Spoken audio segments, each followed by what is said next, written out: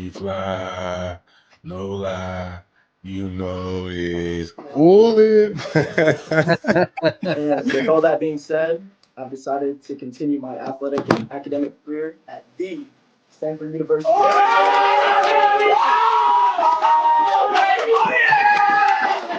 Yes, sir. Network, it means everything to me. Back when I didn't have all these offers, maybe like one or two. He was always promoting me. What I'm saying, trying to get in the radar. This guy, you need to look out for him. What I'm saying, it really means the world to me. Thinking he's been there, like I said, since I've been small. Always shouting me out, and always just trying to put me on, just give me notice more. And I really appreciate Big. I mean, shoot, I was the new kid. Faison kind of was with the Ducks for a little minute. So my first year, of course, he had all the hype. He was probably about like 6'2" at 12. He was a mutant. I ain't gonna lie to you. He was a mutant. But I mean, from then you could see just the potential he had. I mean, I'm not surprised he's the number one quarterback. If you would have seen him in youth ball, you would have thought he was the number one quarterback in that class back then. So I mean, like going against him kind of like prepared you already for like what high school was. I mean, he looked like a high school quarterback around that time. So I mean, like trash talking with him. He's more quiet though. I will say that he don't talk that much trash. But I mean, like trash talking with him, going at it and hitting drills with face on. I mean, I kind of like just builds you ready. I mean, hopefully I play against him in college. I would love it. As y'all know, this is the Sizzler News Podcast.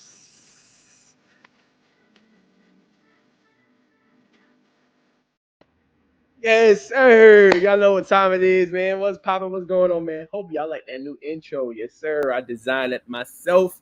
I ain't the craziest editor, but I had to give a shout out, obviously, to Bacon. We got a new co-host on the show today. All right, it's gonna be a lot of fun, man. It's gonna be a fun-filled podcast. As y'all know, this is the Sizzling News Podcast, man. So we're gonna be talking about our sleepers for this upcoming season with SBProd. Get his thoughts. We're gonna talk some college football, Florida State, where everybody is at. We're gonna have some interviews. Niko Andrews, Roderick Hunter, and also Mikel Steven when they join the show. We do apologize for our tardiness, but without further ado, man, let's go ahead and bring on some of my co-hosts. Yes, sir. What's up? What's going on? Chilling, man. Chilling. Yes, sir. Smooth edit, brother. I was Where the smooth. money at, huh? Okay. Nah, I'll tell you, you at. You was where the money's at. Nah, I ain't got it. What's up, y'all, man? What we talking about today? Man, we got a lot on the docket, man. We're gonna be talking some Florida State Seminoles, man. We're gonna be talking about sleepers for this upcoming year, who we should keep an eye on. You know what I'm saying? We're gonna have some good interviews on as well, man. But till they come, Prod, I'm gonna let you open it up. Well, first off, tell the folks a little bit about you. They don't know. Obviously, you are our new co-host, and the things that you do around the state. Yeah, man. Stephen Bernard, also known as SB to the young ones. Just a man of many talents, man. Many hats. No hat today. Hats on the wall, but the vibes are the same. I take pictures, I take videos, I create content, cultivate relationships, try to talk with trainers, coaches, kids, try to put people in the right position for the right exposure. So similar to what you guys are doing, which is why it just makes sense to jump on board and ride the wave on what you guys have been already building. So happy to be here. 100%, brother. There y'all go. Prod, I'm turning it over to you, man. All right, who do we need to watch out for this year when it comes to high school football? Who are me and Bacon sleeping on? We talked about Hoko Bacon. You know what I'm saying? You talked about Langston Hughes. We talked about Grayson. We talked about DC. You're very high on Carrollton Bacon, but who we missing? What's the missing piece for you, Prod? There's a lot of teams, man, that are going to make a run. I'm curious to see what North Cobb's going to do. Very curious to see what's going to happen there with the quarterback that they're receiving. They haven't had a quarterback of this caliber for a couple of years. This kid's a bit different than that one is as well. I think he's got all the tools. I'm a big fan of Teddy. And I think that they're a team to watch. They haven't been out of the second round in decade. And I want to see if they can do it this year. With that kid at the helm, being what he was able to do at North Cobb Christian with the pieces they have around him, the young running backs, the receiving core, and solid coaching. I think they're a team that we're going to be watching and talking about. I'm also curious to see Buford as well. I want to see how they're going to respond. I feel like the trajectory's been, even though they went 12-2, the trajectory hasn't necessarily been the same. They paid Coach App a lot of money. I believe he's number 3 on that list. You're making 170 racks. You got to get those wins, and got a big quarterback transfer to come in. We know that Buford does the by committee thing, So I'm curious to see. I did watch his film last night. Wasn't familiar with him, and brings a different skill set than Raiola. So I'm curious to see what Buford's going to have and bring out this year for sure. Okay, so you just dropped a little bombshell on this because I was pretty sure the Nebraska commit Dayton Raiola is going to be at the helm. Are you saying we could see a 2-quarterback system maybe? Yeah, Buford's been doing the same thing for 6-7 decades. It's a committee thing. To be honest, it's great. Specifically in the running back room, they keep their guys fresh. With newly NC State commit Dylan McCoy, obviously Jameer, and the rest of the guys that are there. I think they're going to be, of course, relying on the running game. But this kid that they just got out of Tennessee, if I'm not mistaken, Knoxville, he brings a different element with his legs, man. And I believe he's got a stronger arm than Raiola as well. But kind of a secret that no one's really talking about because the news just broke. But I want to pay attention to that as well. They did lose some guys on the defensive side of the ball. They lost an edge to IMG. So I want to see how they respond to that as well. Okay, so I got to get your thoughts too. Bacon said he thinks Milton is going to put belts on Buford, obviously in that week 1 matchup on national TV on ESPN. So to that, SB, what do you say? Do you agree with Bacon? I said, hell no. I said, this is going to be a close game. You know what I'm saying? Milton lost a lot, but what do you think? Do you think we could see them get ran out of the building? I think it's a dogfight. I don't think there's any way it's a belt game at all. I think it'll be close. I believe Buford's going to find a way to pull that game out. Derek Baker's a good kid, solid young man. I don't know if he's ready for that particular stage. I know he came from South Florida. I think but there's a lot of pressure following Luke Niko and the Monstars of the team that they had the last couple of years. And we talk about CJ Wiley and Ethan Barber and those guys, but guys like TJ Lester, losing guys like that really hurt. Ryan G, stuff like that, folks like that. So I don't know, man. I think Buford is going to find a way to win that game close. Yeah. If anyone in Buford's watching, man, let me get a credential. You know how y'all act over there. Go ahead, baby. What's your response to that? Nah, I mean, I just think, man, since Buford's been in 6A, 5A, but then for 6A, they've been kind of overhyped. I think they never got over. They never got into where we thought they would be. I just know Milton. I like their quarterback. Like some things they got going on, especially on that defensive line of Christian Pancake Hunter. You know, and it's a young but formidable offensive line. So I just think, you know what I mean. I like Milton, man. I have been high on Buford. I'm gonna stick to the same beating my own drum, and I'm gonna roll with the Eagles by 10-14, man. Staying put. Oof, Lord. Yeah, qualifies as belt alert. But 10-14, I think like 17-21, but I think 10-14 is just how them boys just out executed at the right time. I think that's what it's going to be. I like Coach Ben. We'll find out the last time Buford lost in Glory Land by 14, but I'm sure it's been a long time. But if it happens on national television, I just hope we're all there to see it in person. So who knows? Very interesting. One more question before we bring on Mikel. He's in the background. We'll see if we can get his camera rolling here in just a second. Prod or SB, you've been to a lot of 7-on-7s. You've been to some out of state. What's your thoughts on what you've seen so far? Put on some game with some players me and Bacon need to kind of watch out for. Yeah, man, the 7-on-7, it's become so crazy, man. I enjoy it. I enjoy the festivities that come with it. Kids are allowed to express themselves differently than any other place. They do some of the stuff they do in 7-on-7. That's 15 yards and probably getting benched by their head coach on a Friday night. But I think there's a lot of guys in Georgia to be excited about. I mentioned I really like Jordan Christie, what I'm seeing from him. The next step he's going to take over there, Southwest Cat. That's one kid that obviously his recruitment has picked up big time. But kid just does everything. Special teams in the receiving game. He blocks. He's aggressive and absolutely hates to lose, which I love to see. One other kid that I really like, man, that no one's really talking about the transfer is a kid you had on your show. My boy Maddox, man, transferring over to Cartersville. Oof, Lord. This kid is great.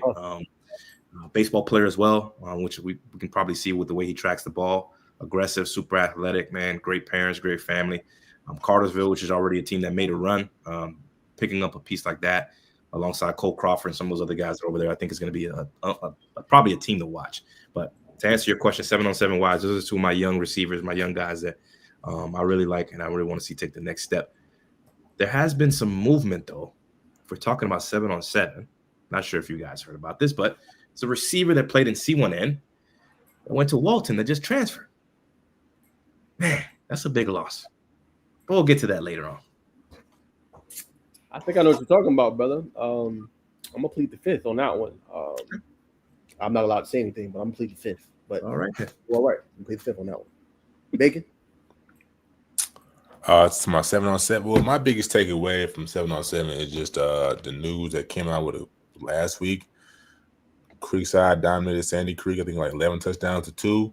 That was a head scratcher for me, talking to some of the coaches. Like, yeah, man, we you know what I'm saying, they got some dogs in the secondary. Caleb Hill's been moving the ball efficiently. Year 2 for him, looking more comfortable. I wasn't expecting that. So along with a couple other things, but I think that Creekside shellacking to Sandy Creek is probably my biggest takeaway of this. Oh, and North Clayton, you know what I'm saying? Shout out to North Clayton winning the Grady Jarrett 7B7 Classic yesterday or this past week. That's big, man. That's Justin Murphy moving trending in the right direction. You know, a lot of riders are putting him as athlete, but can play quarterback, man. So Shout out to Jay Money, man. First name last, Mr. Murphy, for sure. I think Sandy Creek's a state contender. Don't read too much into that 7-0. They're probably going to win the state championship this year. They arguably probably should have won it last year. I love that Sandy Creek team, and I love that Creekside team too, man. They're hungry. You know, they're going to be coached up well. I'd love to see those two in the bins at the end of the season for sure, playing in their respective state championship games. Yes, I think we got Mikel ready, man. So let's go ahead and welcome him on the show, man. What's going on, Mikel? Mikel. What's up, coach? What's up, coaches? What's going on, man? Man, you got stocked up, man. That's his daddy, man. You looking a little more like the pops every day, man. What happened to you, dog? You look good, bro. How you been? I've been good. Just been working, getting ready for the season. Hey, SB, he got a little bass in the voice too. Facts. Ready that long? What you coconut oil back there? You looking good back there, young man. You looking good. Back in the city. Nah, man, it's good to have you on, man. Obviously you made the transition, man. I just want you to walk us through kind of this season for you, man. Madison Central, really good, productive year, 10-3. Just talk a little bit about that. So last year, you know, I was new. I moved to Madison Central like a couple weeks before the first scrimmage. So I came in there, really earned my spot, and I was back home with people I grew up with. So I really enjoyed how it went down last year. We came up short in the playoffs. We really should have won. We should at least got the state because we really had a good team last year. We had around 30-some seniors last year. So, and, you know, the boys had a whole lot of chemistry, and the team was just real close last year. But, you know, coming into this year, we did lose a lot of seniors, but, you know, me and a couple other guys have really stepped up and been leaders to bring the team together so we can try to be better than we was last year. And, you know what I'm saying, throughout that journey, it's been kind of hard times, but, you know, we still been growing a lot. And I've seen a whole lot of people, and even myself, mature doing, like, for this upcoming season. I feel like we're going to be good this year, and I feel like I'm going to have a great year this year. Because everybody coming together, everything's starting to click now, you know what I'm saying? And we want to continue to start clicking before the season starts. So I'm very excited for this upcoming year. And then, you know, for you talked about kind of like the leadership. Are you kind of a leader more vocally, or do you like to lead kind of just by example with your effort and the daily work you do? Last year, I was a leader by what I do. But this year, I've been both. I've been having to get on some people, you know what I'm saying, just to toughen them up because we got a whole lot of young people. You know what I'm saying? Somebody got to toughen them up. And, you know, I lead by the way I do things and vocally. I mean, I don't have to do that because, you know, a lot of young guys, some young guys, they're not going to stand just by what you do. Sometimes you just got to talk to them, let them know. So I feel like I've been a leader in both aspects of the game. And then for you, very healthy season, productive. What have you been training on or working on the most to take your game to that next level?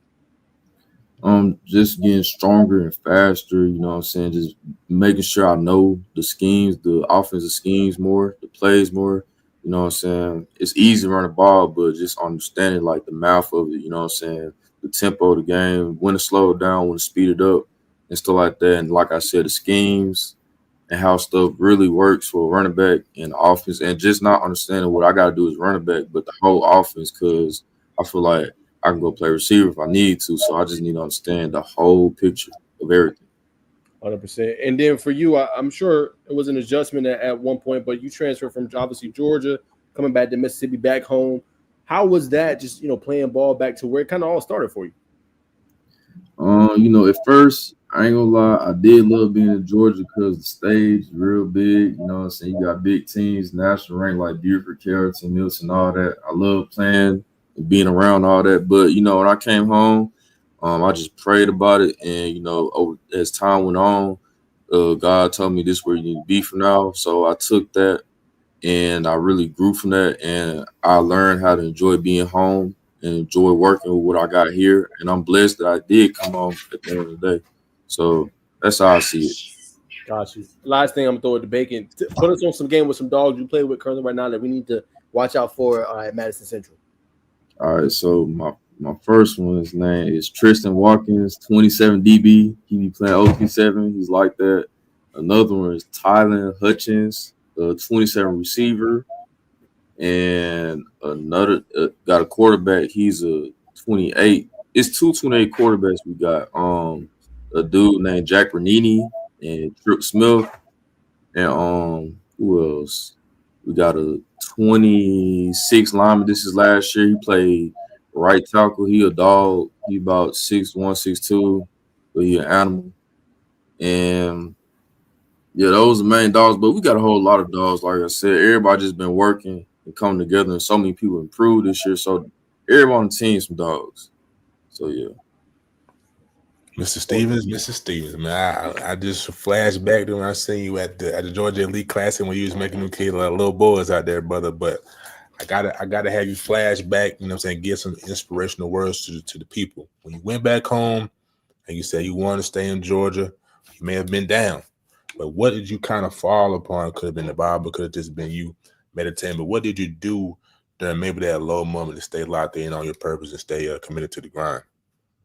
Oh yeah, I got you. So I ain't gonna lie. During that time, you know what I'm saying, I was kind of lost. I was kind of hurt that I left because I really want to stay in Georgia from like competition standpoint, the stage of it. And what I really did was, like I said, just talk to God a lot. You know what I'm saying, not just for like a couple minutes. I'm talking about like 30-minute, hour talks with God.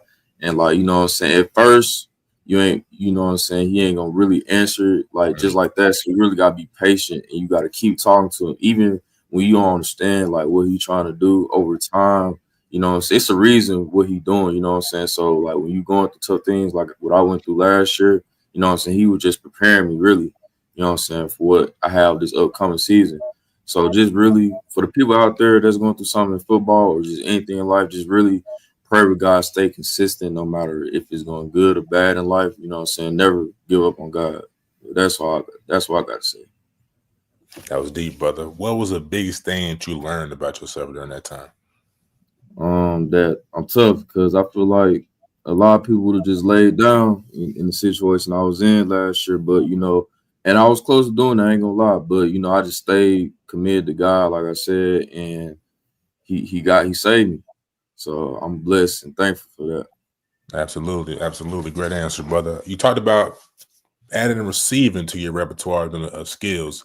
From one, who did you watch? You know what I'm saying, to kind of pick up that receiver ability translated to the running back position, and why do you feel like that's vital to add that to your game? Somebody I watched was definitely Jameer Gibbs because he can do it all, and I feel like that's very vital to add to my game because it increased my value in my stock. And as a running back nowadays in this generation we live in, as a running back needs to be able to do everything, not just run the ball. So I feel like that's very important. And I feel like I'm a good blocker. You know what I'm saying? I'm always blocking for my brothers on the field. And you know what I'm saying? Me adding that receiving aspect to my game, I feel like it can really help me out in life in the long run with football. Absolutely. Running backs, man, it's a short-lived career for running backs. And we just saw, you know what I'm saying, Nick Chubb, he just signed a deal with the Texans, probably a little less than he probably thought. But you know what I'm saying, when you know the life of a running back, man, do you kind of think about the long-term plan for yourself and knowing the infamous history of the position? Yeah, so it really makes me think about it a lot because, me seeing how pros don't last long at running back now is really making me think, starting right now, stuff I eat, just taking care of my body because recovery is very big in the stuff, and especially the stuff I put in my body. So I'm just preparing for that now so I can play as long as I want to. And when I'm like, if God do bless me, gets in the field, whenever I'm done, it's like when I'm done, like when I'm ready, like put the ball down for good. It's like at the time I want to put it down, not from like an injury or being banged up. So like I was saying, like I started now by taking recovery very serious, so I can put my best in the best situation. You know what I'm saying, when that time comes. Absolutely, brother. Last question I'll throw at SB. You've been on a lot of visits, man. What I'm saying? I think you've been out west, been Georgia. I know you've definitely been to Ole Miss. I'm saying, what's been the biggest thing that you've learned about just the recruiting process, and I'm saying some do's and don'ts for the young kids that's watching?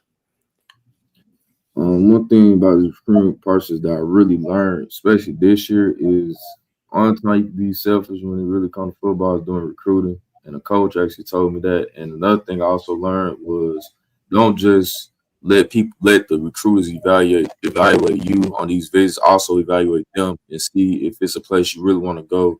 You know what I'm saying? You will really be able to tell you really want to go there if you can like see yourself there without football. So that's basically two really important things I learned this year from recruiting and visits. 100%. Appreciate you, brother. Yes, sir. Yeah, Mikel, man. You're one of those kids that got a lot of attention early, and it's kind of continued throughout your career. How do you view recruiting now as opposed to 2 years ago? I mean, you were getting offers in eighth grade. Talk about how your mentality has changed in that aspect.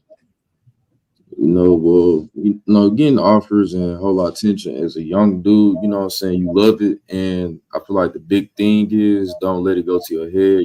Now as I got older and matured and been through things I've been through, I really learned how to stay humble with it. And, now it just makes me want to work harder because, you know what I'm saying, it's always somebody out there that's working too and getting offers just like you too. So I feel like really just when you getting a whole lot of attention for young guys out there too, when you getting a whole lot of attention and offers at a young age, really let that be a sign that really gets work for real, for real.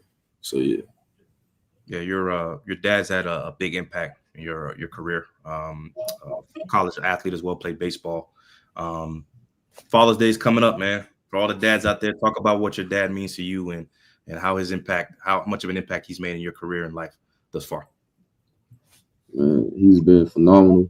Without him, I wouldn't have none of the stuff I had. He just taught me everything. He always trained, even on the days I didn't want to train. And without him, I'm not the athlete I am today. And I just want to thank him for pushing me and still even push me to this day. You know what I'm saying? When I don't want to do certain things, you know what I'm saying? I always stand on top of me, make me sharper in everything in school, football, and just being a better dude, just being a better man. So I just want to thank you for everything he's done for me. Good answer, young man. Good answer. Me. All right, Mikel, man. So now I want to talk just a little bit, obviously, with Madison Century, talk about some of the dogs we should watch out for. How different for you? You talk about the stages in Georgia. How different for you is maybe Mississippi compared to Georgia outside of maybe the stage? Wait, say that one more time. Yes, sir. I said, how much different is Mississippi compared to Georgia outside of just the bigger stage? The main thing is Mississippi just in the country, which ain't nothing wrong with that because even though we're in the country, us being in the country, we don't get seen like a lot of people do in other states and stuff like that. But Mississippi is definitely slept on when it comes to talent because we got some great talent. You know what I'm saying? We got so much hidden talent and people that haven't even seen the talent we really got. You know what I'm saying? And it's unfortunate, but Mississippi people and talent here is super good and we real humble even though we don't get the attention we really need. So it's definitely a whole lot of talent that need to be exposed in Mississippi. And it's really just because, like I said, we in the country, you know what I'm saying? That's just how it is. So, yeah. And then, from your perspective, the media members that are helping out players like yourself, players like, underrated guys, how does that, kind of just make you feel or just being able to see media try to put y'all out there?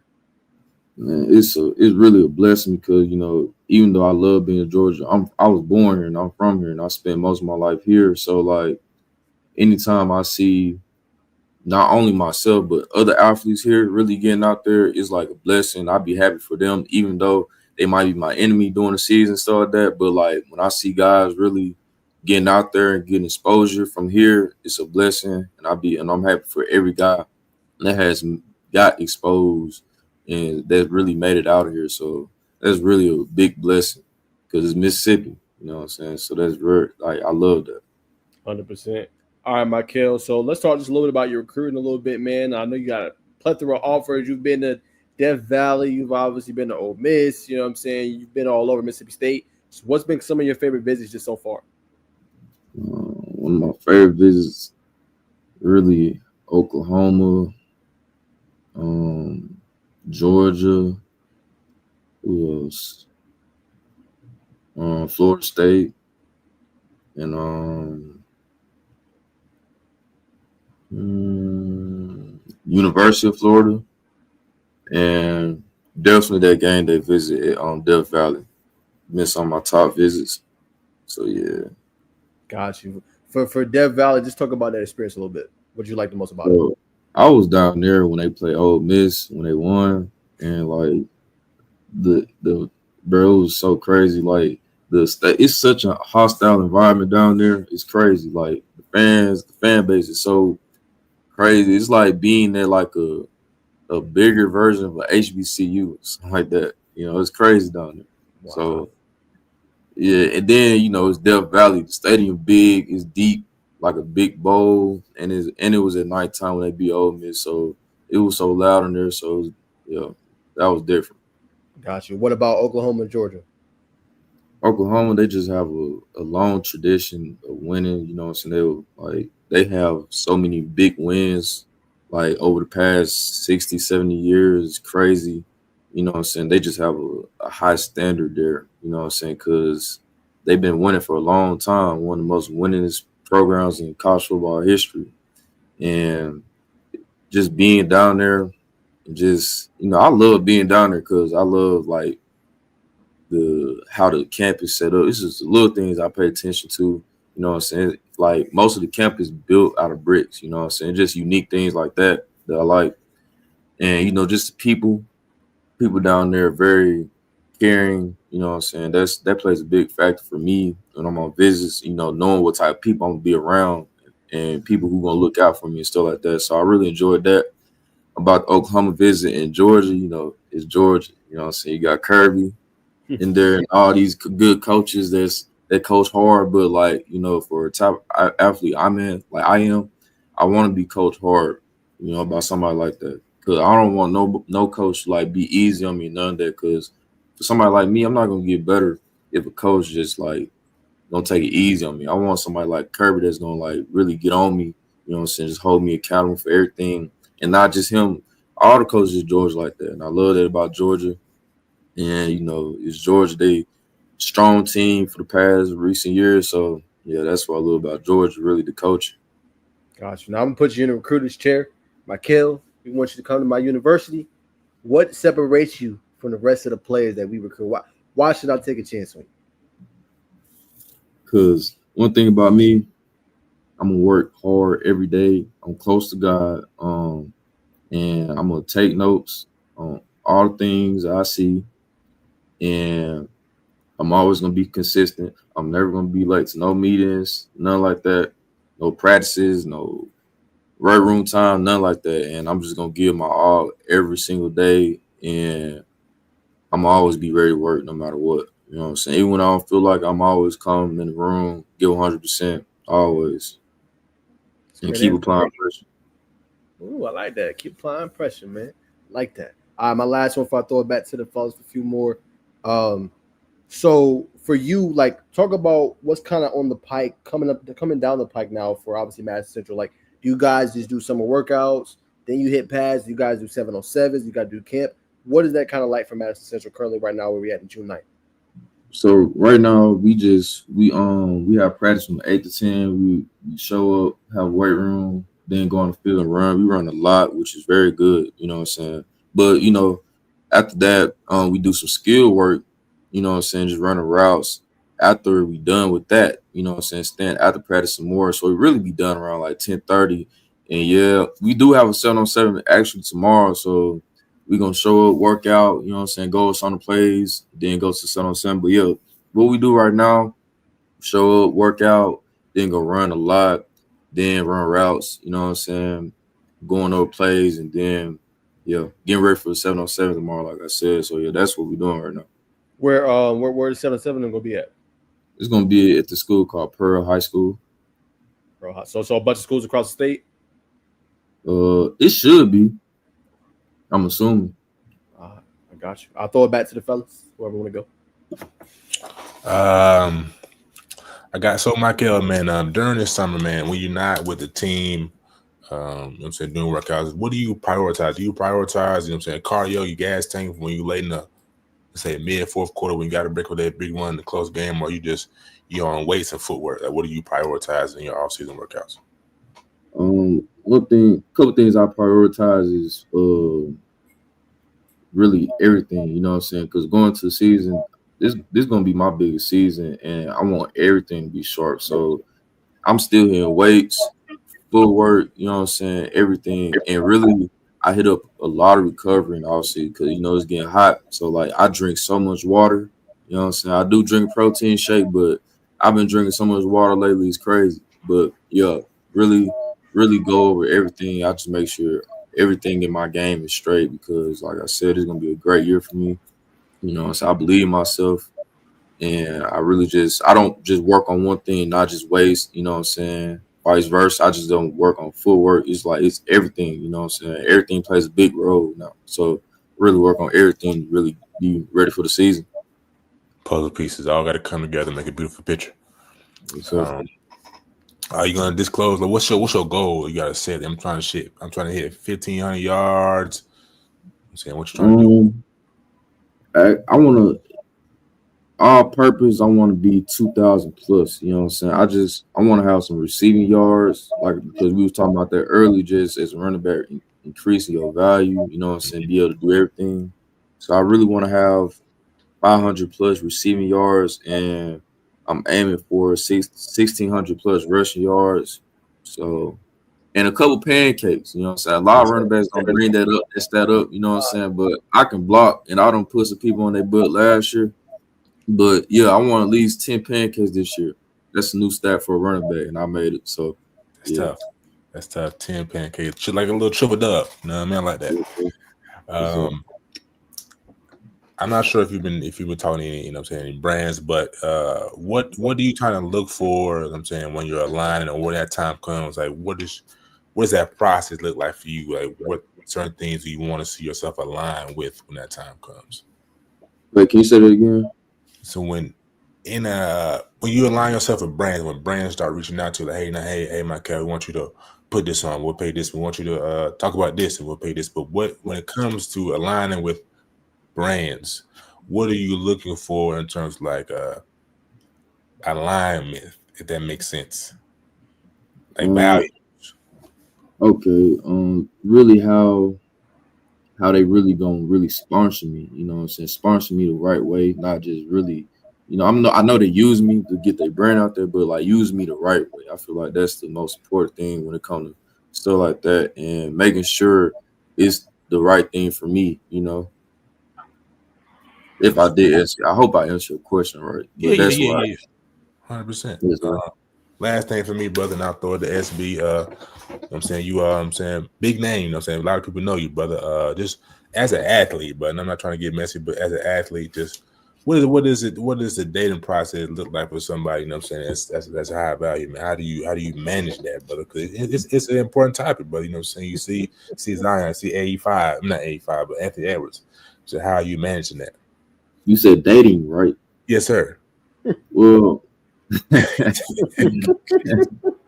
well, I ain't gonna lie, I'm being honest with you. I do have a girlfriend, but you know, as an athlete, you know, for somebody like me, the main thing is if you do, for all the athletes out there, if you do get a girlfriend, make sure she understands what you're doing. You know, like you don't want a girlfriend to be mad that she can't see you, because you can be at a camp visit really taking care of what's really important. But like I got a girl that understands my journey and stuff like that, and she respects it because she's also an athlete. She do dance and ballet and all that stuff. So really just get somebody that love you for who you are and not for the football and all that. Really love you for who you are, and somebody that really understands your grind and what you and your life goals when it comes to football. So yeah, that's how you really supposed to do it.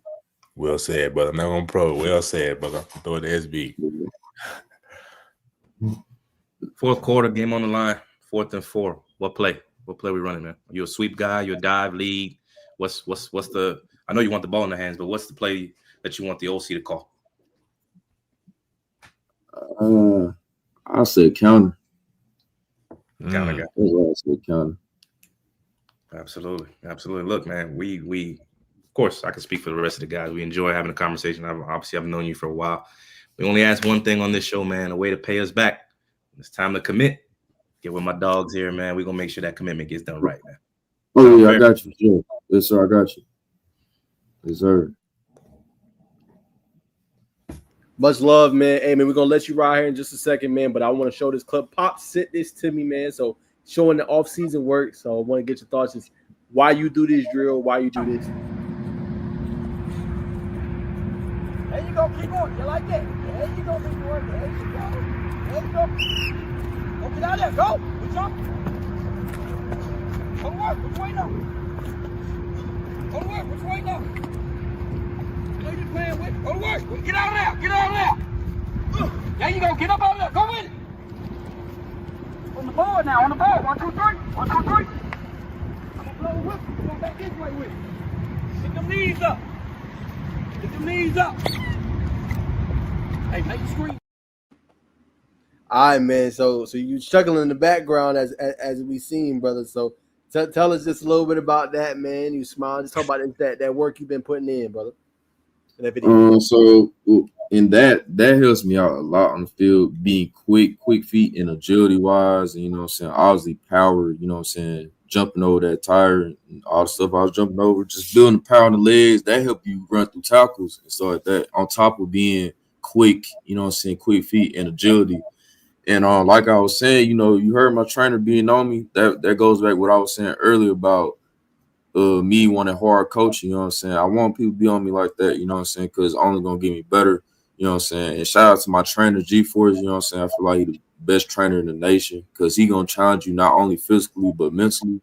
Mm-hmm. I feel like the mental part of the game, really in life, mental is really more important than physical in football and stuff like that. So, yeah, and it was very tough training because when my dad took that video, I was tired. I had did that same drill like 10 plus times already, so I was dog tired, but you know, like I was saying, you got to keep pushing no matter what. And you know, he was on me and he was gonna make sure I kept going. I thank for that, just for pushing me.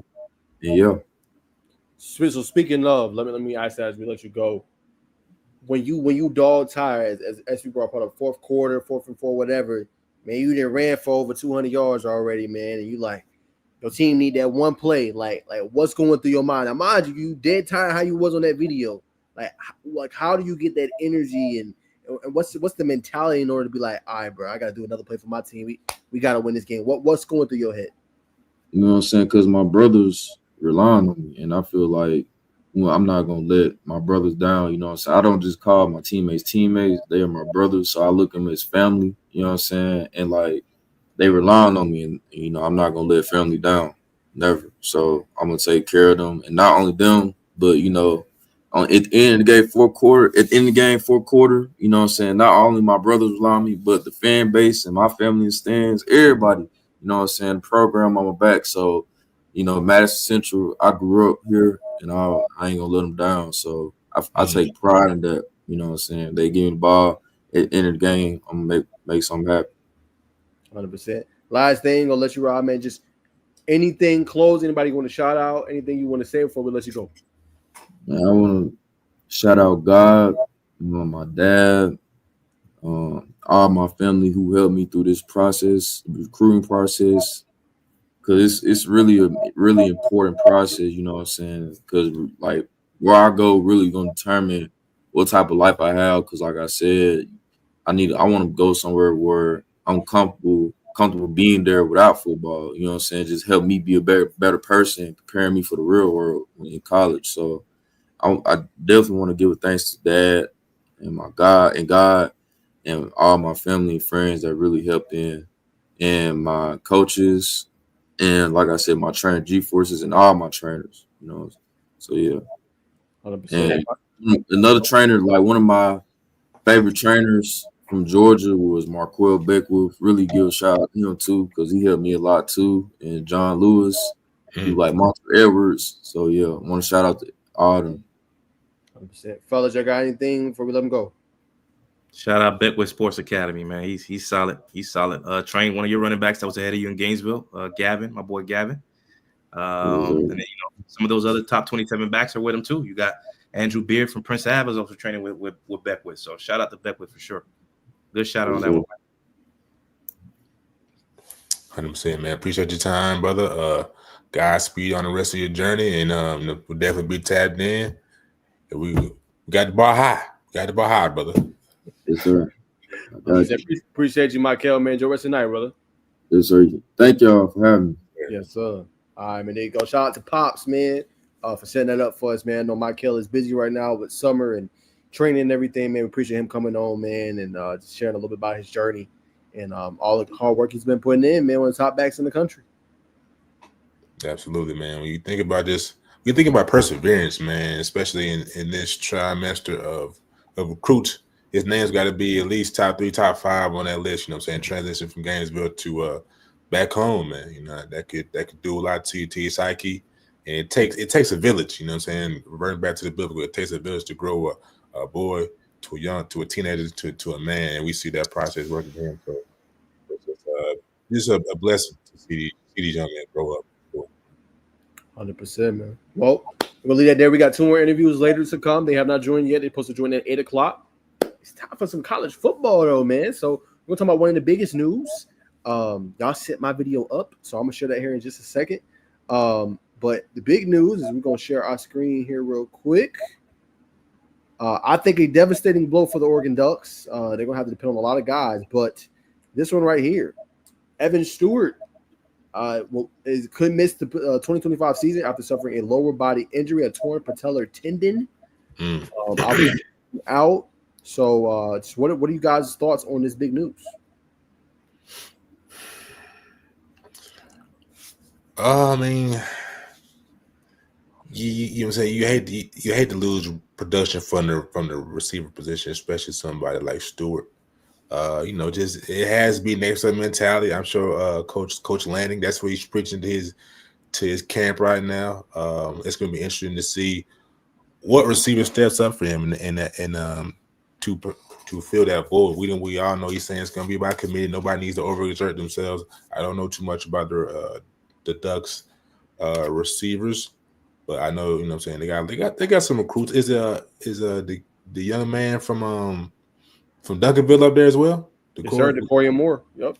There you go. Decorian Moore. That's going to be the guy that you kind of groomed to slide into this role. Though he is a freshman, can he be a true freshman? I think so.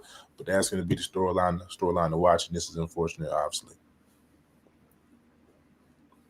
Corey Moore is like that. Not to put too much pressure on the young man. Evans had an interesting career thus far. A lot of highs and lows, injuries, some other issues. I hope that he can get back in the season. Would expect Oregon to be making a playoff run again. And if that's the case, maybe there's an opportunity for him to come back and contribute for that team. Lanning's got the team humming. Defensively, they're extremely solid. Interesting schedule for Oregon, but of course, it's going to be a huge loss. I think if they get consistency at the quarterback level, they'll be fine. No one's saying they got to put up Dylan Gabriel's numbers from last year, but I think the foundation is strong there to where they'll be able to make a playoff run, even with this injury. I'm going to send y'all my thoughts real quick. Hold on one sec. And then we'll do the next topic. Hold on. Oh, good, brother. Take your time. Hot receiver Evan Stewart just suffered a catastrophic injury, meant a torn patellar tendon essentially this week, which is a recovery of 6 to 12 months. Likely out for the year. We got to obviously see what that is going to be because, as it says here in this tweet from Pete Nakos of 0-3, depends on the severity of the injury. So how bad is it? But that's a devastating blow because he's a senior wide receiver, obviously one of the top guys. No Tej Johnson anymore. He's supposed to step in the fray as a senior and lead this group. This is what Evan Stewart did last year. 48 catches, 613 yards this past year, 5 touchdowns, 12.8 average. He also cooked some really good opponents this past year. All right, now some of those opponents he cooked, obviously one is Wisconsin. Cooked them in that game in that close win, 16-13, 10 catches, 92 yards. He also cooked Ohio State, not in the college football playoff, but in that first game of the season that they end up winning, 7 catches, 149 yards, y'all, and a touchdown. There you have it. That is my thoughts. As you guys mentioned, Decoria Moore is going to be one to watch here. And put you on game. Keon Sadiq will be one to watch, 6'5 plus. Their offensive coordinator, Will Stein, called him one of the best players in college football. That is very, very high praise for him. We will obviously see, as y'all both alluded to, it's going to take a committee. Decoria Moore is good. Will he be ready? Could we see him have that same kind of rise of a Ryan Williams, of a Jeremiah Smith for the freshman this upcoming season? That would be something to watch, especially with Evan Stewart out. But it should be interesting. A lot of playmakers in there they're going to have to depend on. Justice is another one they're going to have to depend on as well. All right, more news. I'm starting with USB. QB rankings, man. Let's get into it, brother. All right, so this is this is a guy I like to watch a lot, where I get a lot of my news from. But Josh Pate unveiled his quarterback ranking. So let's get the reaction. SB, I'm starting with you, man. I haven't seen this yet, so I'm looking forward to it. What Yes, you sir. Child, please. Not child, please. Come on, Not man. child, please. This list needs to start with Lenore Sellers, straight up and down. Lenore Sellers might be the number one. He's like that. Arch like Manning, there's a lot of people eating the pie. We're gonna see about it. Nussmeier, definitely consistent. I like that. Outside of that, this is the weakest quarterback list in the SEC in a very long time. A lot of unproven talent. I understand DJ Lagway's potential. I understand what he did in a small sample size. Can he stay healthy? Is that shoulder 100% okay? We don't know. Austin Simmons, left-handed quarterback, replacing Jackson Dart. Good luck. Jackson Arnold, there's a reason that he's in Auburn. Taylor Green, there's some upside there. Marcel Reed needs to be definitely higher on this list. Marcel Reed is a dual threat. Had a great season with Texas A&M. Saw him really put up numbers, particularly towards the end of the season. Diego Pavia, he's just being disrespected on this list. I know he's old as dirt, but I mean, come on, man. He's better than some of these guys that haven't taken a snap. This list needs to start with Lenore, so that's the possible number one pick in the draft. So, Lord, going here. Nah, that's a good point. I saw somebody call him he's a bigger version of Jalen Hurts. You know what I'm saying? Lenore says he's like that 100% for sure. And he's more proven than Arch and Lagway. So I think just by default, you know what I'm saying, if you're doing it how it's supposed to, I agree. I think you should put Lenore and then Lagway since he's got more playing time. Sellers. I even put Marcel Reed at 4, keep it a buck, and then go with Nussmeier. I like Mateer. Don't get. I know some question marks about Mateer, but Mateer's got some. I like him. He's a good thrower of the ball. Can get outside the pocket a little bit. And then everybody else, you can probably put Diego and everybody else. You know what I'm saying? Kind of. Green is a little iffy. You know what I'm saying? Jackson Arnold. We'll see. I like the young man from Mississippi myself. But yeah, and then Simmons, we'll put him wherever you want to put him. I just don't understand how the hell Simmons is 7. I mean, or 6 for me. You think he should be high? The hell no. Oh, bro, where's Gunnar Stockton? What are we doing? He should be on this list. Come on, man. He makes the top 10 over Austin. He not even prove it. At least Stockton, he got you in the SEC championship game and it helped you win, you know what I'm saying, against Texas. My only one I would change, I know you're going to say crazy, I'll put Arch 1. I'm putting Arch 1. I'm putting Lenoris 2. I'm putting DJ 3, right? Lenoris is proven, right? It was third team all SEC, right? So he got to be your top 2 quarterback. DJ Lagway has the potential coming off an injury. That's why I put him 3. Top quarterback now. They got some weapons. I know you down there with your hand on your head, SB. They got some weapons down there, though, dog. Come on. Nashawn Montgomery, Dallas Wilson, Vernon Brown Jr., or Vernon Brown III. Come on, man. That team is they shoulder healthy. That's what we need to know. I know. Hey, he recovering. We gonna see. But you can't tell me DJ Lagway shouldn't be in the top 3 quarterback in the SEC right now. Come on now. What we doing? Yes. You know what I'm saying? Garrett Nussmeier, I'm gonna put him down a little bit. You know what I'm saying? He cannot complete that intermediate route for whatever reason. He's always the big play. Go back and look at the film. Always the big plays with him. I'm gonna pump the brakes on him at 4. I feel you. I'll probably move Mateer up. I'm putting Simmons down. Simmons is not a top 10 quarterback in my opinion. I'll put Stockton on this list. I'm gonna move up Pavia to probably 7. Arnold can go down to 9, maybe 10, maybe. I'm not that high on him. Taylor Green, I will bump him up a little bit. and I would bump up Marcel Reed too. That's how I do. I think you're a little bearish on Reed, brother. That's what I'm gonna say. His name was Arch Smith. Would he still be number one on the list? Probably not. Probably not. I appreciate your that. The namesake does do a lot for you now. We know that. It does. But you can't tell me he hasn't played and showed that he can potentially be there. Look, I'll put it like this, SB. You're right. If it's Arch Smith, it probably wouldn't be the same. But here I'm gonna rebut that. Why was there people in Texas, not necessarily the coaching staff, fan base, other people around, was clamoring for him to play over Quinn Ewers, even though it was one game he struggled? Now, it's just talent at the end of the day, SB. It is just talent. I feel you. But I feel like we've seen enough where he can say, okay, Arch passed the eye test. You're going to see. I can't wait. You're going to see. It's one of the weakest quarterback drafts in recent history anyway, so none of these guys really impress me. You can pick holes in all their games. But we're going to see, man. This next year's draft in Pittsburgh is going to be an interesting one, but y'all got it. All right, there you have it. Anything to add, Bacon, or you good? Nah, I'm good, man. I'm good. I mean, it's gonna be interesting to see how Arch rolls into Texas. I'm excited to see how he perform. I'm gonna wait and see what it looks like on the field. You know, the namesake is gonna go to Georgia, right? Say it again. Texas got to go to Georgia. Texas plays Georgia, right? Yeah, They do. It's gonna be big. It's gonna be big. Bigger beans. All right, man. Let's keep it rolling, man. Let's talk about Florida State. I'm gonna lean on this one on you, SBProd. I know you're a big fan, but what are we missing here, man? It's a big year for the Seminoles, man. Just where we at? Patrick Payton left, transferred out. Don't got more DJ Ugale. They also lost Luke Omaha, who's at Mississippi State.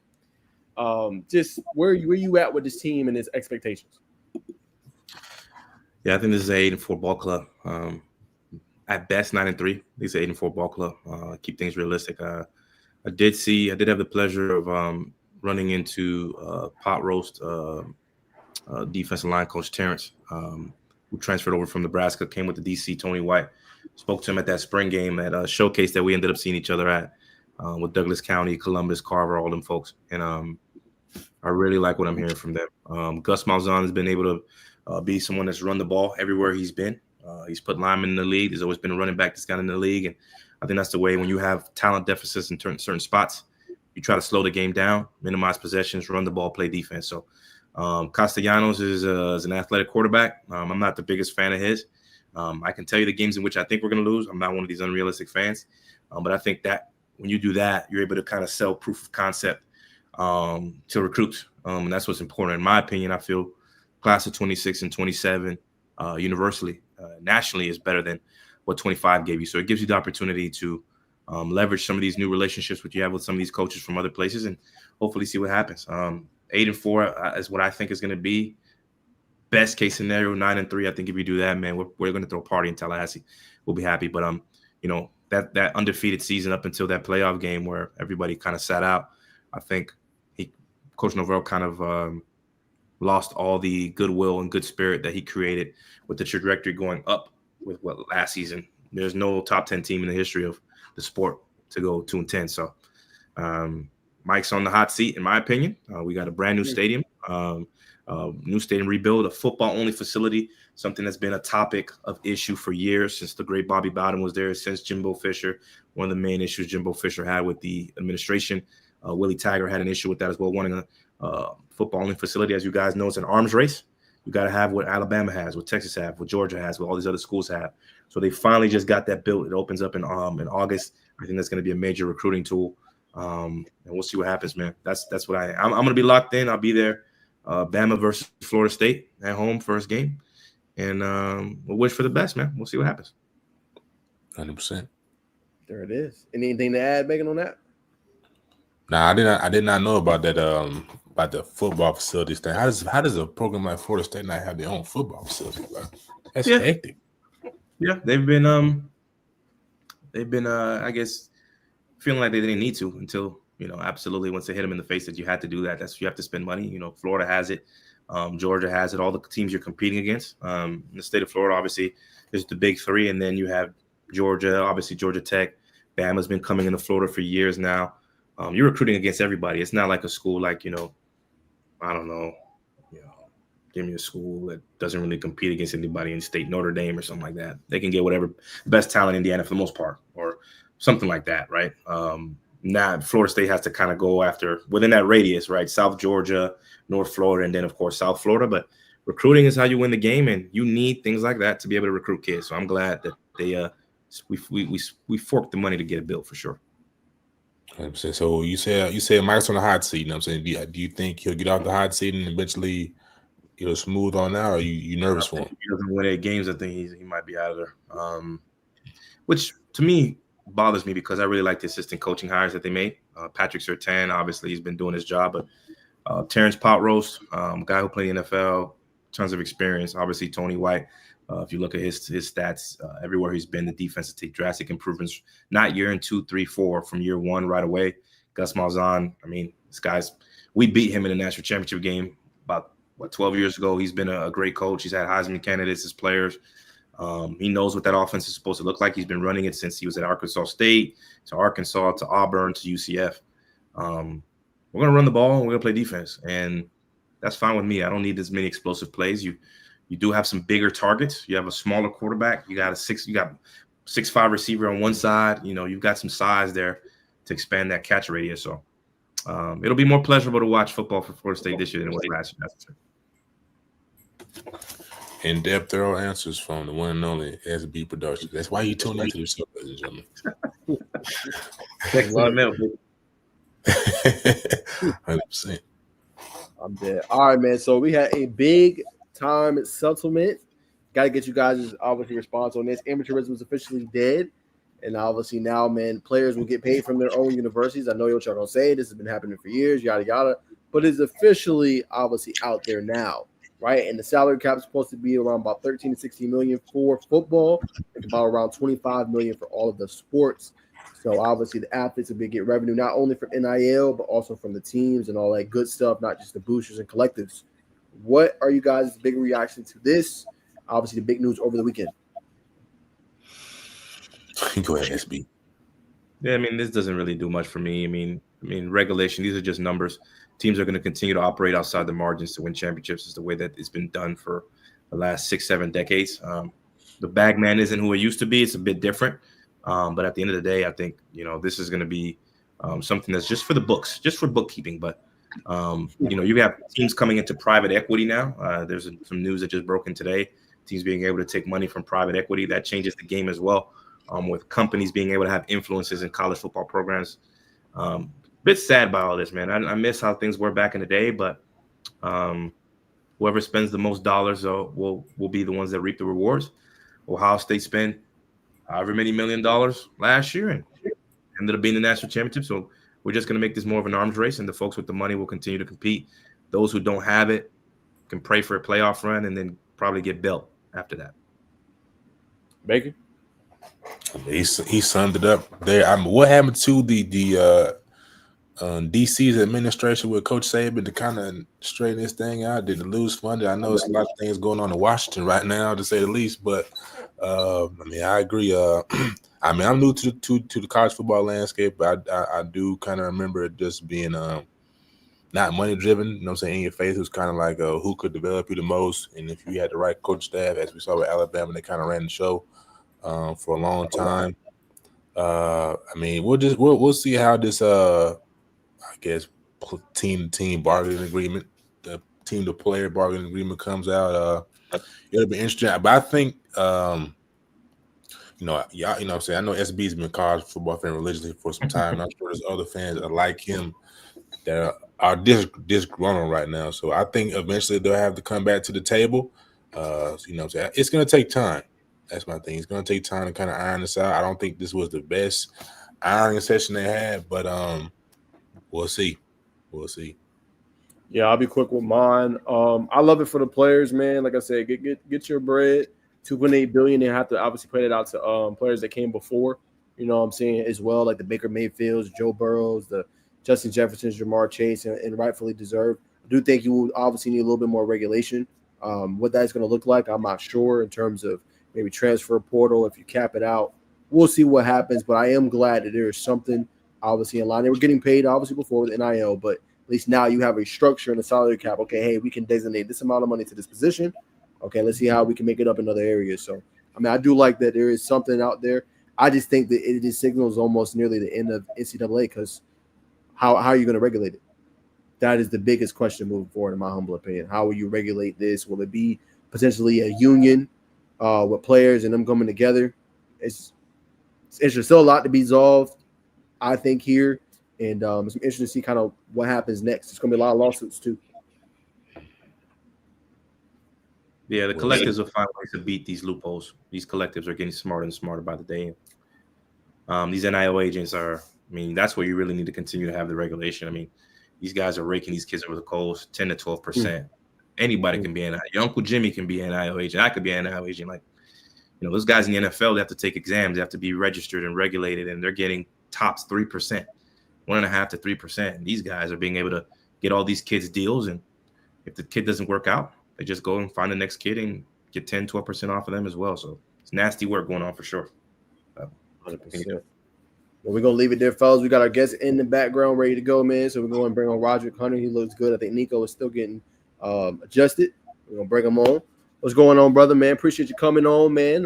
First college guest on the show, man, all the way from Akron, brother. We appreciate you coming on. Just talk a little bit about, you know, just your story, man. I'm Roger Hunter. I played at Carver, Atlanta, safety and wide receiver.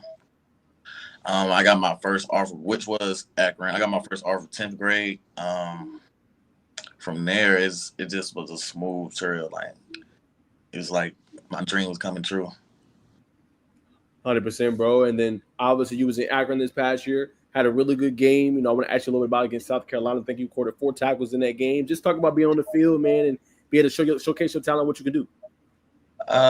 South Carolina was crazy, man. I'm not gonna lie. South Carolina was crazy. If I had to rate like the top atmosphere that I ever played in, they up there for sure. It's just standing in a tunnel before you run it out is wild. Like, you standing there trying to lock in, but I mean, you got student section. So, but on field, besides like on field, once you get on field, it's cool. As far as the being my like locked in stage, I was already locked in once I got on the field, it was already like instant. So all the crowd noise, all that went behind me. 100%. And then for those that are transitioning, we're gonna bring Niko in after this question. For those transitioning from high school to, you know, being a freshman, what would you say, man, they need to do in order to prepare so they can be ready and have an impact, you think? Focus on yourself, bro. Stop worrying about NIL, stop worrying about money, like worry about yourself, bro. All that to come in, once you ball out the money, I feel like that's the biggest thing because people come looking for money before you even stepping on the field. I feel like you should just worry about yourself before you even worry about anything else. And learn the playbook. That's how you get on the field, real. Learn the playbook, for real. Got you. All right, man, we're going to bring on Niko as well, man. All right, Niko, what's going on, bro? What's going on? Not much, brother. Appreciate you coming on, man. Just give the audience a quick intro, just an introduction about yourself. Niko Andrews. I'm from Pittsburgh, PA.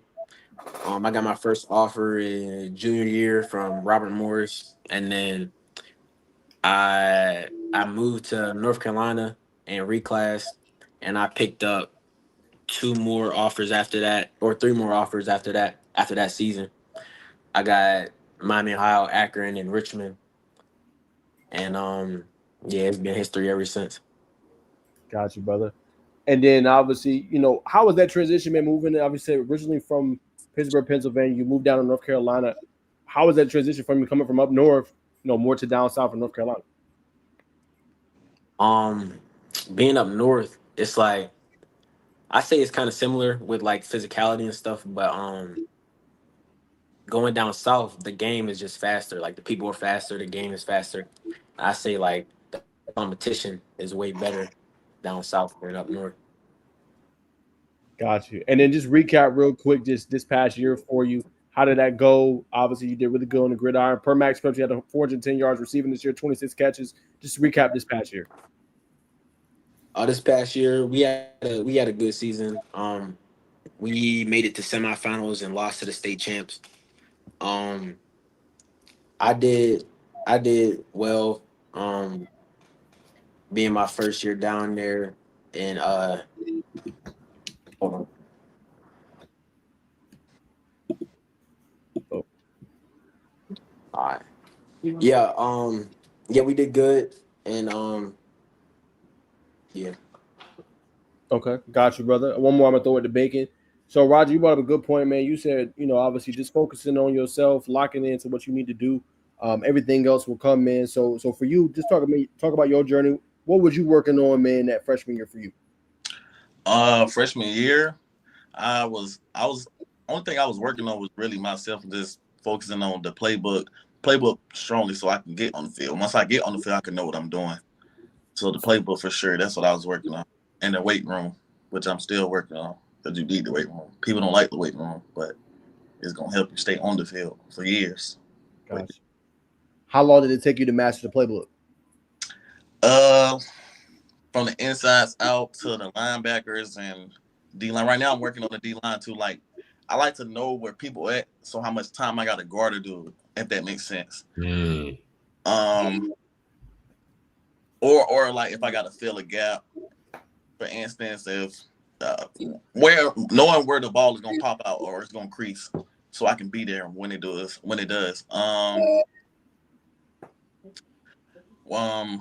I like to use my teammates with my leverage.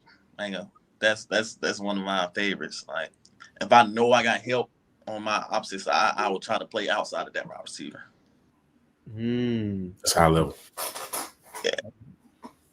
You, Bacon? Man, that was high level. I hate to snap off that, but Niko got that Akron offer. You know what I'm saying? Rod, he had Akron. You know what I'm saying? Right, if you want to recruit it, because the young man is special, you know what I'm saying? One of the best DBs, you know what I'm saying? He don't look like on this screen right here, but the brother's a freak. So, you know what I'm saying? If you want to try to recruit him right now, brother, you know what I'm saying? The space is open. If they're gonna go get him if it need what to be done. If they like you, Yep. come get you. Simple. 100%. So, Niko, you know what I'm saying? Just how has it been, you know what I'm saying, with acting right now, man? You like in Ohio vibe, you already from up north, you know what I'm saying? How you feel about Ohio? I actually like it a lot. I've been up there a few times, like before I had the offer, and that was a school that I really wanted because um actually I I know of Coach O'Neal, and I know how he coaches, and I like how hard he coaches, and I feel like being in his DB room would elevate my game, and they would bring the best out of me. 100%, 100%. Yeah, he definitely from Pittsburgh. I can tell by the accent. You sound like Wiz. You sound like Malik Thomas. Everybody. Oh, I got to touch back on Roger. I want you to expound more on, you know what I'm saying, the leverage thing. I think that was key. You know what I mean? So when you saying you play outside, right? You know what I'm saying? You got help inside leverage. Just how does that help you be able to break on even a ball on the inside? Or if I'm speaking backward, just talk about how it's easy to break on the ball outside if I'm got it mixed up. You good. Okay, I'm gonna just give an example. So I'm always guarding slot. So let's just say the ball on the inside hash towards my left. If I know I got help from the boundary safety, I'll wait towards the catering. And once he start to say like set go or hut, I'll move my leverage outside and make the wide receiver think and he gotta make a quick adjustment. And normally he's gonna run the opposite way because he see me. So once he run the opposite way, the safety gonna pick it up and I become free. Now I become a problem for the quarterback, of course. That's tough. So how do you time that, brother? You know, that takes you time the snap count just like a defensive lineman. You gotta work it, and you might mess up sometimes, but like you gotta work it in practice. That's when you get better with it. It takes time. You also gotta know yourself before you even get to even know the wide receiver. So I know myself and how fast I can get the thing or how slow I'm gonna be out of the break. Where I gotta be after the ball is thrown or if it's ran or not. So sometimes even if I know I got help, I don't even go outside leverage because I got help. I wait sometimes until he give me a route. Or because I say that, the reason I say that because it was a run, it's the particular run, and my first year, I think spring It had to be spring practice. Anyways, it was his first run. I went outside leverage. It was an outside zone. It got out somehow. I went down, but I had already went outside there. I went down and got pinned outside while running back cut it up. And that one really, yeah. So just knowing your personnel and who you guarding and who blocking you, that really helps. 100%. So how's Akron? You know what I'm saying, you from the city, man. You know, it's probably a lot faster down in Atlanta, but just how's it treating you up there in Akron, bro? You know, home LeBron James. Akron is good, man. I'm starting to. I say I'm adjusting to it. I don't know. It's the football and all that. That's cool. That's great. But the food, I need my wings, man. My 10-piece, I need that. They ain't got no food out there. No, they do. But their wings, it's not American Deli or anything. It's Buffalo Wild Wings and Wingstop. But hey, I can't complain. I'm here to play football, man. 100%. So what's some goals? You know what I'm saying? You in year 2, man. How are you trying to make that all conference? Is it all conference team this year? Honestly, bro, I'm gonna keep 100% just because it's an interview. I'm here to work on myself and get better, and that take me to the next level and where I want to go. Then we can start talking about goals. I like that, straightforward to the point. So last thing for you, Niko, and I'm gonna throw it back to Mr. Wilkins, now throwing back to Najeh. Just from hearing all that, man, you know what I'm saying? Hearing it from a college DB perspective, you know what I'm saying? Heard about some inside leverage, time to snap count, different things of that nature. Were you already doing little things like that to better your game? If not, I'm saying, what have you just learned from this interaction? I have been doing things to you said to better my game for the college level. Yeah, so from hearing what Roger just said, man, have you done things like that, and what have you just learned overall from what he just said? Oh yeah, I have. When he said like pre-snap being outside leverage, and then before the snap get inside just to confuse wide receiver, I've actually worked on that in the off season with my trainer in Atlanta, and yeah, and also when he said wait, take your time, bro. Wait, what else did he say? About with the running back. Using your leverage, knowing what you got to feel at. Oh yeah, doing that too. So making every rep like game like, so in the game it feels like. So I can feel me. I'm saying, last thing I'm gonna throw to Najeh, I promise. Like I said, what type of chip on your shoulder do you carry coming from Pittsburgh, bro? I feel like Pittsburgh, there's not a lot of like big talent that comes out, so I feel like me being from Pittsburgh and going out to North Carolina, I have a big chip on my shoulder, and I want to be like something that the youth can look up to, so they know like you can do anything that's possible. 100%. And then for you, Niko, obviously senior, I believe is coming up for you. Just what's your goals, your aspirations? Roger, I think summed it up really good. I'm trying to get better every day. Talking about the accolades, but what's just your goals for this year? What do you want to accomplish? I definitely need every accolade. I need state championship. I need that to my name. I need first team all conference, first team all state. And I mainly just want to get better than I was last year with timing and wide receiver wise, DB wise, just really look like a pro already on the field. Now you're listed as an athlete. Do you have a preference what side of the ball you play, or do you like both, or would you prefer on the next level playing defense? Like, talk about that a little bit. I like DB more, but I'll play anything that get me on the field. If that's wide receiver, I'll play that. If that's DB, I'll play that. I'm deep or wide receiver was my first love, and then I started playing DB so I could really play both at a high level. Got you. Talk about recently. I believe recently. I know you got offered. I don't know if you visited, but just correct me if I'm wrong. If you were able to visit Akron, just what stood out, or just what caught your eye about the offer?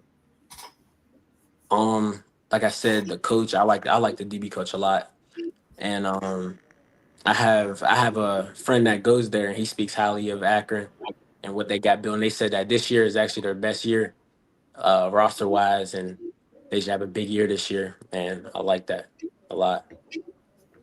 I seen you shaking your head there, Roger. So just talk a little bit about that. You know what I'm saying? Obviously, this year coming up, what makes you excited? You look like you excited to get on the field with your guys, man.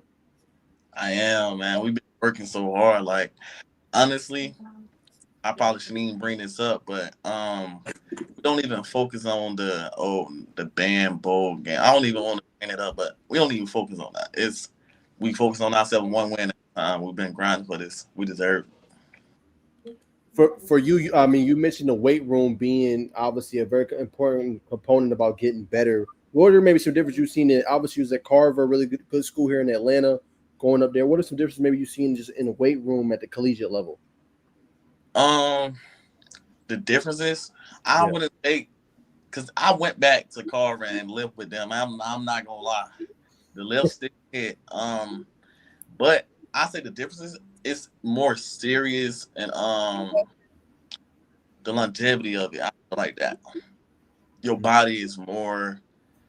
You can take contact way more and for a longer period of time. Any tips you would maybe give others or high school players similar to Niko about how to better yourself in the weight room or just gain that strength? You know what I'm saying?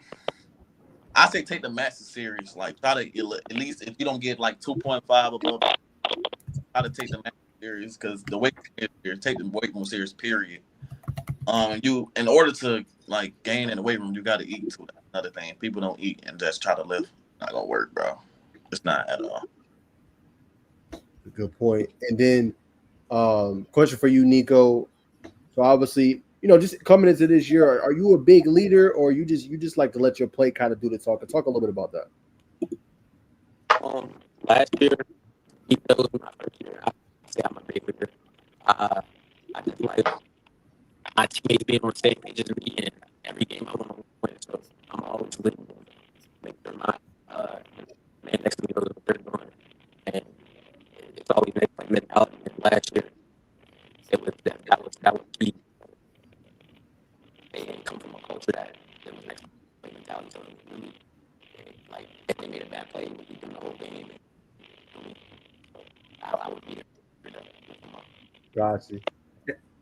And then, so fun question for you, Roger. So obviously said, man, it ain't no American Deli. You talk about Wingstop and Buffalo Wild Wings. So when you want, you know, a good tasting meal, brother, where are you going out there in Akron?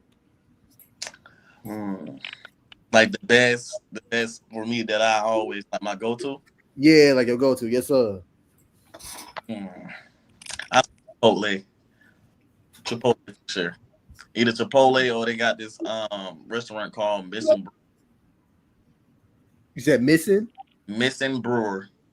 Talk about that. What they got there?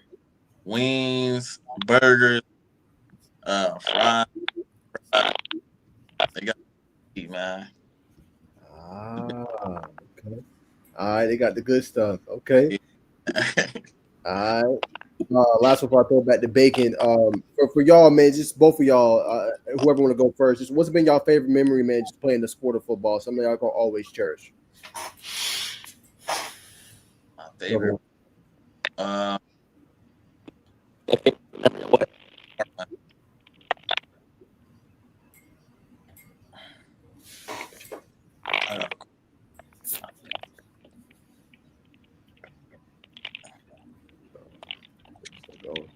My favorite hat when I was in high school. I was probably ninth grade. I was in the ninth grade. Yeah, it was like my second day. I had it's my strength coach, Coach Q. I love him to this day. I still go work out with him. I was doing the workout, but I'm not doing the workout with the vets. So I get done. He's like, "You done?" I'm like, "Yeah, coach, I'm done." He's like, "You not?" I was counting your reps. Don't lie to me again. From now on, I'll say, "Yeah, he the one." And that really, I really took that and ran with it because from now on, I don't need nobody to watch me. Like, I'm gonna do my reps. I know what I want in life now. Wow. And if you can, just expound on that. I mean, everybody don't say that, like, man, my first touchdown, that. But you talked about a coaching moment, someone holding you accountable. So for you, out of all the moments you had, I know you've had a lot of successful ones. Why did that stand out the most to you? I said that stood out the most because like you got certain kids and people that's just going to weight room. Oh, they'll lift probably like 2 times or not lift. You're not lifting, bro. You're not. You got multiple reps and you're not done. But then again, you got coaches that's not gonna hold them accountable. So it's neither here nor there, man. So I really appreciate Coach Q for that one, though. 100%, man. I thought about you, Bacon, for the wrap us up. And so to that point, have you seen the guys? I believe they're from like Philly. You got they've been going viral for their workouts. They be holding people accountable. They're from like Jersey. Yeah, you would tap into that content. Yeah, I see it. Is that the same type of vibe coach be giving you? Like this, that you got to figure it out. So when let me backtrack. In that moment, like you got to say 3 more reps to go, man. You got that lactic acid build up, man. Like where do you go to push past muscle failure?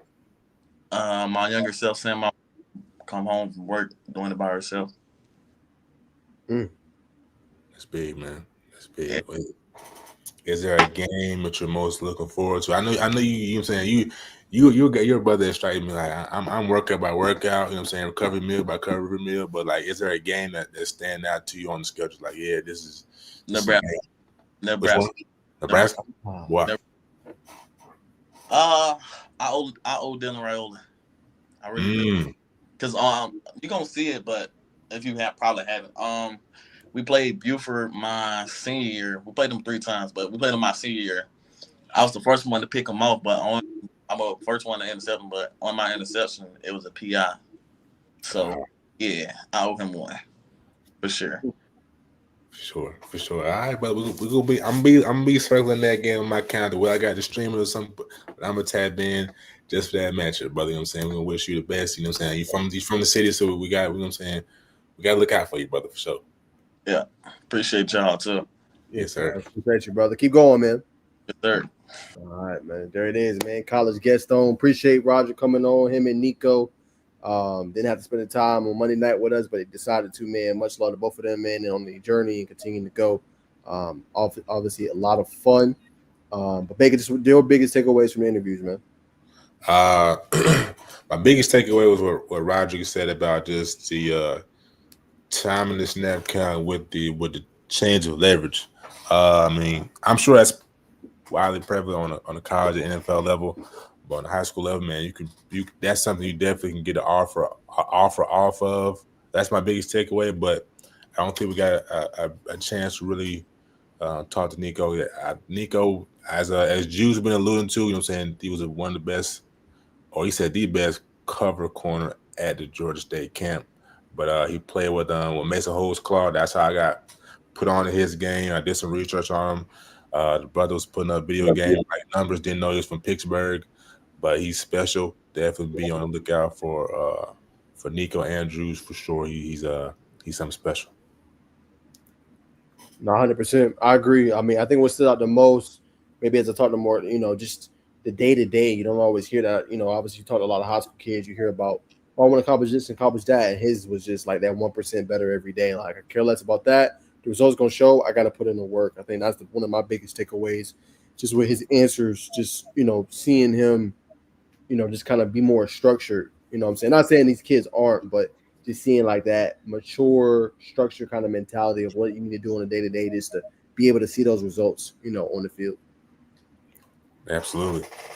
It ain't a sprint. It's definitely a marathon. The more you can compartmentalize your day from just getting up, not hitting the snooze alarm, taking that meditation, reading, you know what I'm saying, doing something that's congruent to your process is gonna put you light years above ahead of everybody. Nah, 100%, man. And then Bacon, and we about to wrap it up. I don't know if SBProd will be able to join us back, but just any topics, man, you want to hit before we kind of close out the show. We covered everything on the list, didn't we? Yeah, we did. I always like to throw it to y'all though, just in case. Well, I mean, I know Squirrel Atlanta puts on the Georgia Tech 7v7. I know it's coming up for y'all, man. So if you have any updates, I know we got some viewers that's like, man, Najeh didn't talk about the 7v7. What's the word, man? Yeah, so it kick off tomorrow. At 10 o'clock. I think they released a schedule, some top prospects. You can go to scoreatl.com for that.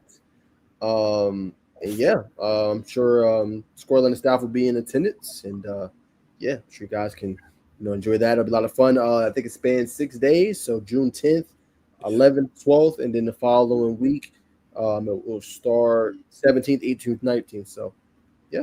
100%. So, you know what I'm saying? You had the luxury of covering the Yellow Jackets very close, you know what I'm saying? You built a relationship with some of the guys over there. Just how is it, you know what I'm saying, being somebody that wears both of the hats, you know what I mean? Are you hands-on with setting up this event, calling different people, or if so, how is that? Say it again. You said, am I what with people? You cut out. I was saying you wear both hats. You cover tech and you work for Score Atlanta, orchestrating some of the moving parts for the 7v7. How is that when you get to, I guess, cross the line wearing the other hat? That makes sense. Oh, good question. I say in years past it was just getting content. I'm saying highlighting players, getting clips, putting them on X, Instagram, building relationships with players. In terms of the coaching staff, like I said, they run a great operation. I've always felt very highly of tech staff and Coach Key, Coach Jones, Coach Wade, Coach Peoples, just very welcoming, and you could just have a honest conversation with them. So I think it's a great event ever since the partnership. Obviously with them too, I think it's helped Tech in terms of just they are so good at in-state recruiting. If we want to talk about that, just like 8 of their 9 guys that they have committed for this 26 class is from Georgia, right? I think before that Coach Key era, they weren't recruiting the state very well, right? And to put that in perspective, Bacon last year, they had Rashawn Dinkins committed. He flips, he goes to Georgia, right? But then last year, Tech flips Christian Garrett, who's committed to Georgia, to Tech. So I think you're seeing those in-state battles, those recruiting wins. And last year kind of put on the precipice, just seeing Georgia and Tech go 8 overtimes and them being to go and hash it out. So I think the rivalry's back, in my humble opinion. I think we'll see, really teams and Tech is like, man, we right there. Like we're not that far. So I think that's like the biggest difference. And you see this new era, Coach Key, he knows what he's doing. And the fact that they have this on their campus to see all the talent in Georgia, I mean, what better than that? And you get to get a really close eval of what's going on. So I think it's been great for them and the brand and what they're doing. And obviously part of Mikel, now that's what they'll do. Great answer, brother. That's a great answer. Yeah, I agree with you, man. Always straightforward, everybody. You know what I'm saying? Real down to earth. And I think that's head coach is down to earth, you know, so real easy to top it up with. So I think that's infectious to everybody else. But last thing, or I guess, last thing is one I had on my mind. I saw they got I just had his name in my head. Kyron Lacey. Kyron Lacey is in NCAA 26. Paying homage to him.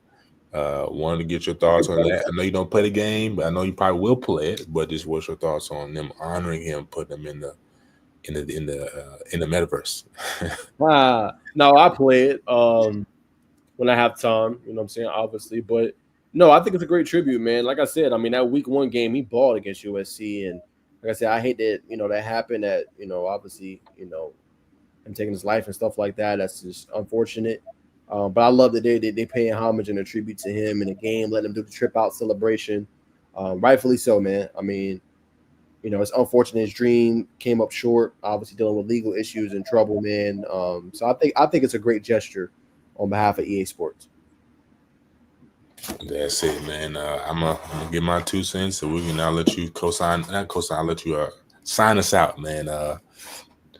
Just how Roderick was saying, man, fall in love with the similar processes, man. I mean, the minute processes of what's in your day. Just got to be obsessed with what you got going on. I had the luxury of listening to a Jimmy Fallon interview with the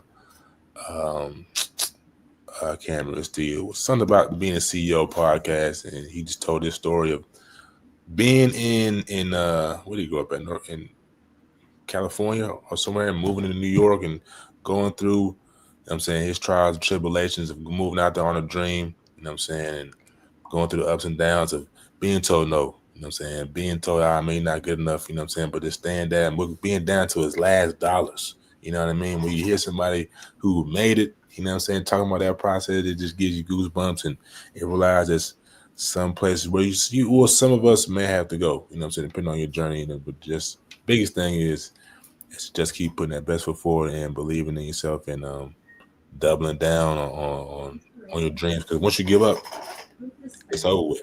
You know what I mean? And you can't give up because you got to see it through. That's my biggest tidbit take away from that. That's a great bring up, brother.